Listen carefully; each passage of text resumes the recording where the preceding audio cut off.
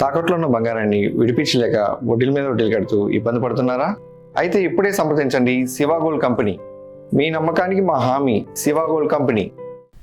నేపాల్ జల విలయంలో మృతి చెందిన వారి సంఖ్య 392కు చేరింది. 1500కు పైగా గల్లంతయ్యారు. గల్లంతైన వారిలో 290 మంది భారతీయులు ఉండగా వారి ఆచూకీ కోసం గాలింపు చర్యలు కొనసాగుతున్నాయి. మరో 200 మంది భారతీయులు టిబెట్ భూభాగంలో చిక్కుకుపోగా తమను సురక్షిత ప్రాంతాలకు తరలించాలని విజ్ఞప్తి చేశారు. క్షణాల్లోనే పలు ప్రాంతాల రూపురేఖలు మార్చేసిన ఆకస్మిక వరదల కారణంగా నేపాల్ మరుభూమిని తలపిస్తోంది.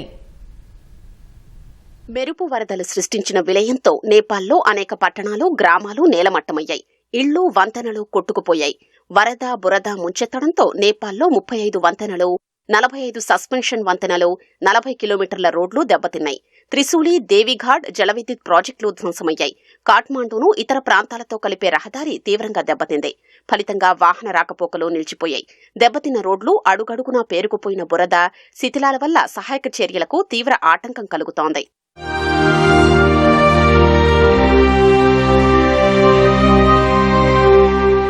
మెరుపు వరదతో టిబెట్లోని కొన్ని ప్రాంతాలు తీవ్రంగా దెబ్బతిన్నాయి. దెబ్బతిన్న ప్రాంతాల్ని చైనా ప్రధాని లీ కియాంగ్ సందర్శించారు.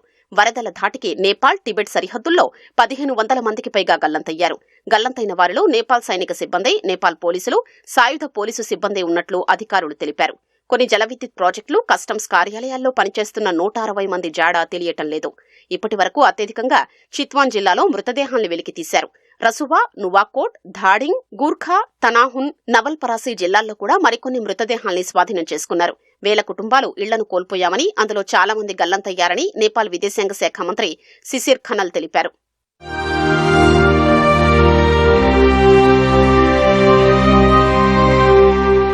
నేపాల్, టిబెట్లో కలిపి జలప్రళయంలో 290 మంది భారతీయులు గల్లంతయ్యారు.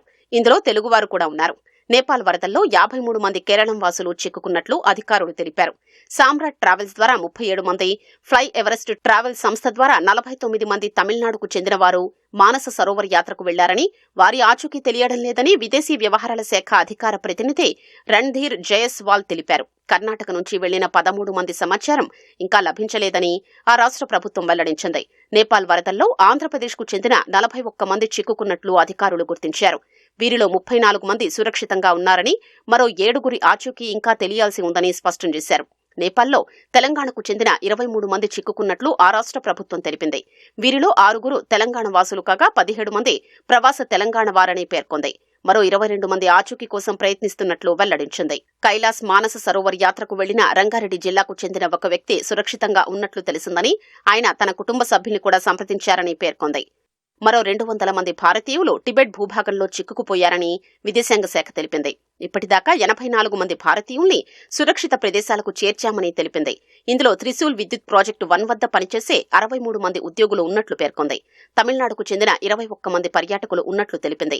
27 మంది విదేశీ పర్యాటకుల్ని సహాయక సిబ్బంది రక్షించగా వారిలో 11 మంది భారతీయులు ఉన్నారు.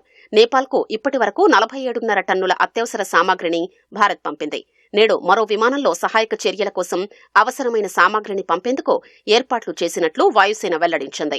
విపత్తు పరిస్థితిపై సమీక్ష జరిపిన విదేశాంగ మంత్రి జయశంకర్, నేపాల్ ప్రభుత్వం, రాష్ట్ర ప్రభుత్వాలు, టూర్ ఆపరేటర్ల సమన్వయంతో గల్లంతైన భారతీయుల కోసం ముమ్మర చర్యలు చేపడుతున్నట్లు తెలిపారు. భారత్, నేపాల్ కలిసి 24 గంటలు పనిచేసే కంట్రోల్ రూమ్ను ఏర్పాటు చేశాయి.